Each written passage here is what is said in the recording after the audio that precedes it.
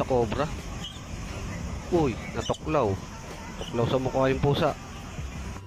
Naunahan ng cobra. Ako, nadali agad ng kamandag, oh. Nadali sa mukha, oh. Wawa yung pusa.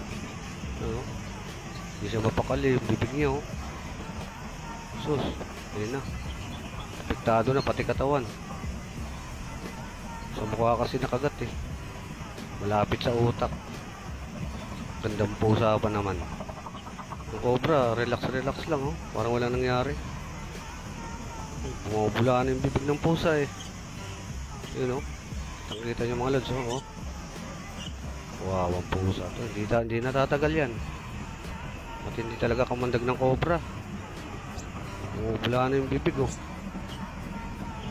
Wow, ang pusa to, sayang. Kundi sana siya naunahan ng